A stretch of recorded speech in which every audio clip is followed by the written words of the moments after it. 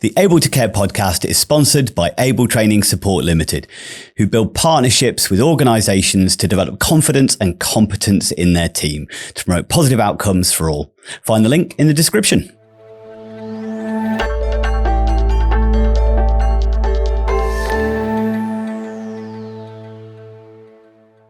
Hello and welcome to the Able to Care podcast. I'm your host, Andy Baker, and on this episode, I'm going to be talking about stability, predictability, and routines. So within many care settings, routines and structure and predictability can really benefit individuals within the environment. And this is whether it be in a residential care setting or within even domiciliary as well, but within your own home. It helps create a sense of security. So a good example I kind of use to help us relate to this to some degree is most of us are aware of the day where the service engineer says they'll be with you between 9 and 5. And straight away, that doesn't tend to be a great day. There's an element of anticipation, element of anxiety that might come along with that. And suddenly you're kind of stuck going, well, I don't know when they're coming, and therefore that limits my ability to be able to do anything else. So some people can feel quite anxious about that, and they may procrastinate doing other things because I don't want to miss out on that one thing later because I don't know where it's going to be. Now, if you think about for many commercial organizations, there's many, service engineers and delivery companies that, yes, they may say it'll be delivered on this day, but as you get closer to the time, they tend to try and give you a bit more of a confirmed window of an hour to a couple of hours. And the reason they started doing that is because it reduced the stress and distress of customers. And by reducing the stress of customers, that obviously improved their feedback, and their delivery drivers and their engineers got less grief as a result of that. So if we take a very similar model and think about, well, for many people, for children, vulnerable adults, they may be in environments where they don't have a lot of control over what's happening and when. And that's going to feel in a similar way for us with that service engineer. So the more that we can give them predictability and routine, the hope is there's a decrease in stress. So for many individuals with neurodiverse conditions or mental health issues or even learning disabilities or even dementias, all of they can find a challenge in a lack of structure. They can struggle with transitions. They can feel anxious about what's coming next. They may struggle to process information, meaning they've got so much other stuff to focus on that actually the routine can just free up some of the capacity of their brain. And it may be the adaptations to change as well they really struggle with. But there's a few important key elements when we're creating a routine. One is, of course, it must be person-centered. We shouldn't be just dictating and going to kind of old task-orientated care that this is when you get up, this is when you go to bed, this is when you're allowed to go to the toilet, etc. Because straight away, that isn't going to bring out the best in people. It's not going to promote self-esteem. It's not going to build positive and trusting relationships. However, having an idea and a collaborative approach to kind of go, okay, one would work best. I understand in certain education environments, there may need to be that structure and routine. But the more we can allow an element of control and flexibility over that routine that suits the person, the better. So for instance, if let's say we're taking it with an elderly care setting, we may want to know about a person's history of what they used to do or their usual routine. I know, for instance, that if my mum ever goes into care, there's certain things that I know about her routine that she'll really want to provide that best outcomes for her. I hope she won't mind me telling you this, but my mum does not do well with people before a coffee. So straight away, if she is in residential and you're trying to get her up and get her washed and get her dressed and down into the dining room for a breakfast, you're not going to have a good time until she's had a coffee. So straight away, providing that coffee in bed is probably going to promote her well-being for the rest of the day, improve her mood, and that's it, better outcomes for all. But we could also say the same thing with children who are moving to care. What was their usual routine? Because in the early stages of something like the trauma recovery model, we want to try and create stability before we then start moving into integration and metabolization. What I mean by that is, in the early stages, we may just want to eliminate stress as much as we possibly can while we're allowing this person to adapt this new environment, this new way of being and this new way of feeling. So it may be a case of finding out what their routines used to be, and it may not be appropriate to follow that completely, but being able to follow that to some degree might be more beneficial. There are other conditions as well. So, for instance, if we take something like pathological demand avoidance, in individuals with pathological demand avoidance, there is this need for autonomy. They feel overwhelmed if they feel that autonomy being taken away from them. So if we're then trying to dictate their routine to them, then that's going to cause major anxiety issues. So actually making sure that it's a collaborative approach, that maybe they are deciding, this is what time I would like to be woken up, this is how I would like to be woken up, this is what I'd like to do first. That as long as it kind of works within the structure of the setting, then actually why shouldn't they have it in that particular way? Maybe it would work better for them, and maybe it would need to be changed later on or adapted or tweaked slightly, but at least it gives us a starting point. I also want to kind of address as far as individuals with ADHD. So for many individuals with ADHD, they hate routines because they're boring. There's no novelty to a routine, but they are really beneficial in the fact that a routine helps free up their capacity, their brain, for other things. If suddenly I don't have to, let me backtrack on that for a second. If I just refer to the bingo ball analogy, that the brain of an ADHD individual is like a bingo ball, that all the balls are in there, they just can't choose a ball to come out when they need it to. So straight away, if just something as simple as personal hygiene requires significant executive functioning to get it in the right order in the right way.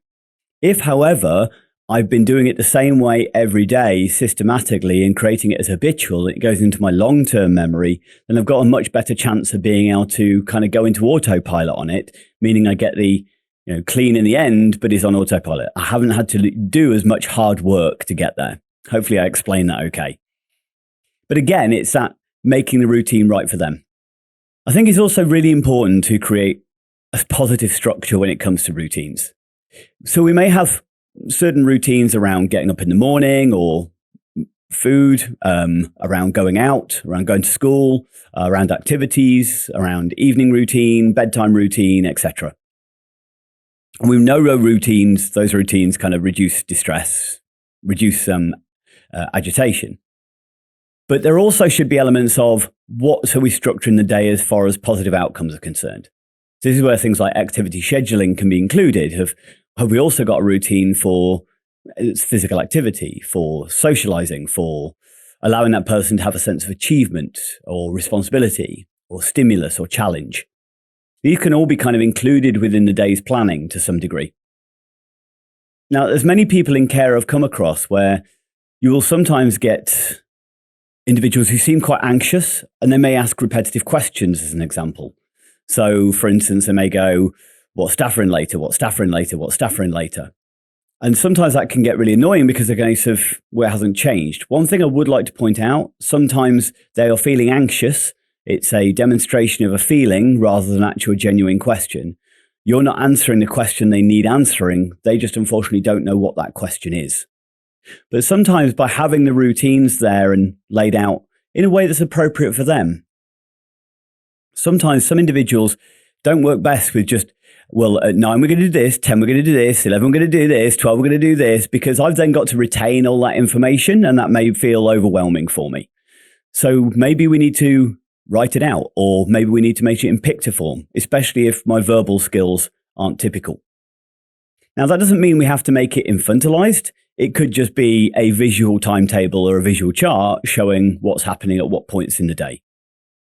The other benefit of having that visual chart, it gives us something to point to. It gives us something concrete to kind of draw attention to. That this is then happening, this is then happening. Hey, let's look at the board together. Let's see what's going on. There's also a few other strategies. If you are developing a routine with somebody and it's in their best interest to kind of help them with this routine, and they're meant to be doing it independently, because we do need to kind of sometimes drop the nagging. So if they can do it independently, that's great. But it might need some help, or they might need some help. So we might need to do tick sheets or visual charts. Or another one that I've used as well is using something like a playlist on something like Spotify, where each song then represents a different activity that they're meant to be doing. So when this song comes on, you're getting out of bed. When this song comes on, you should be in the bathroom. When this song comes on. And so each song has a task or a activity.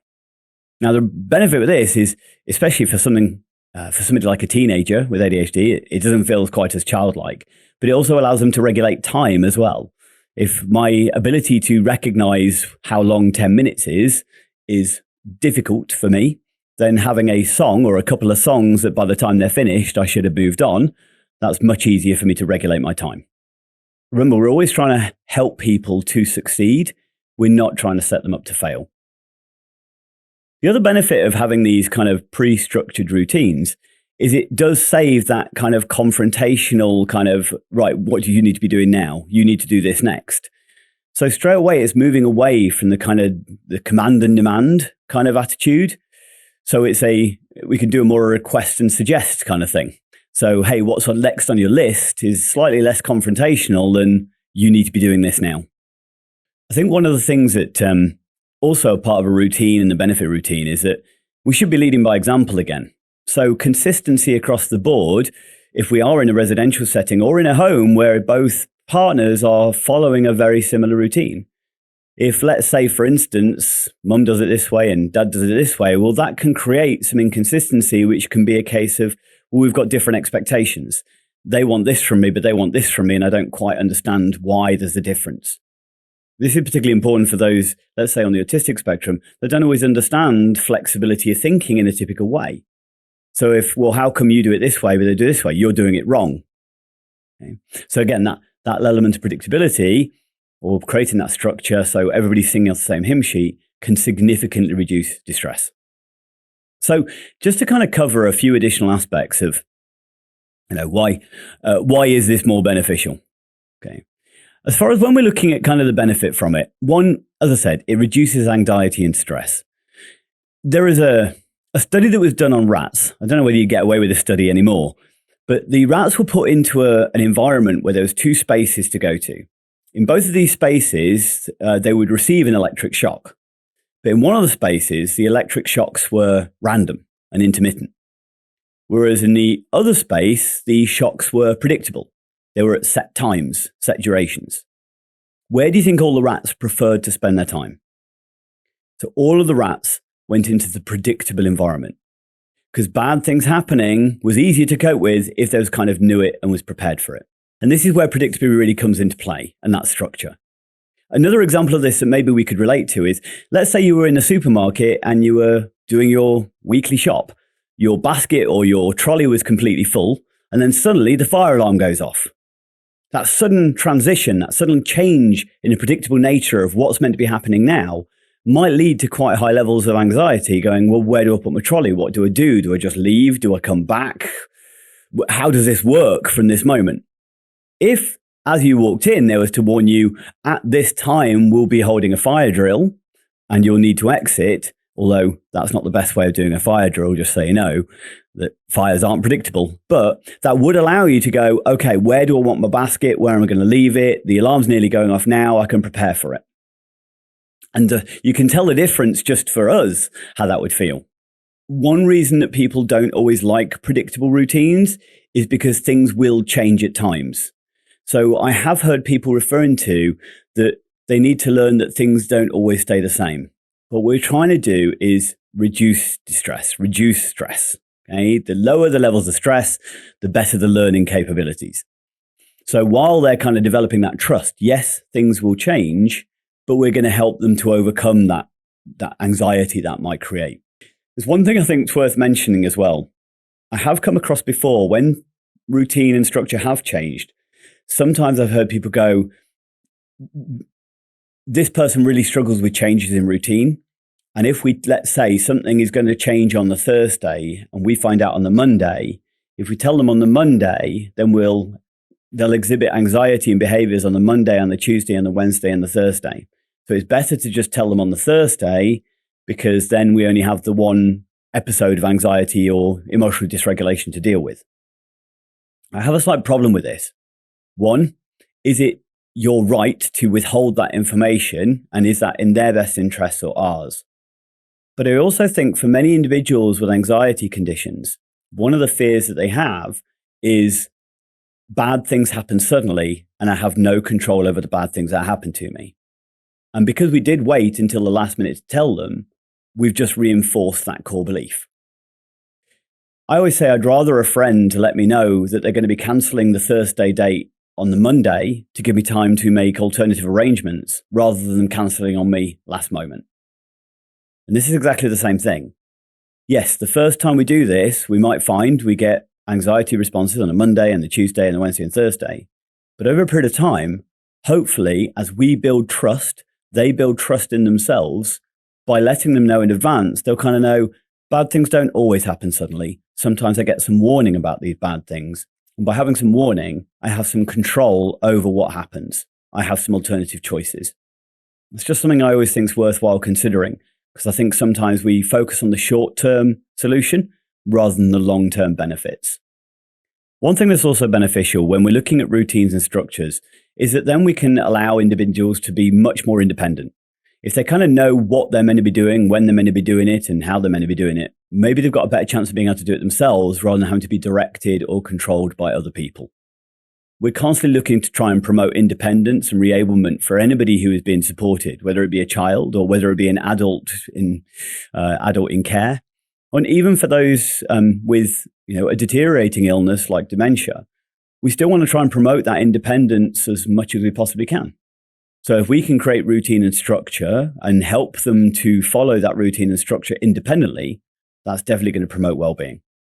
So we've gone through quite a lot as far as understanding the benefits to routine and structure, and hopefully given you a few ideas and a few different ways of looking at the importance of those routines and structures. I hope you found today's episode useful. If anything in this episode has been useful for you, then please like and follow and subscribe, and please share. Make sure you share it with others if you think there was something that might be useful for them. Thanks.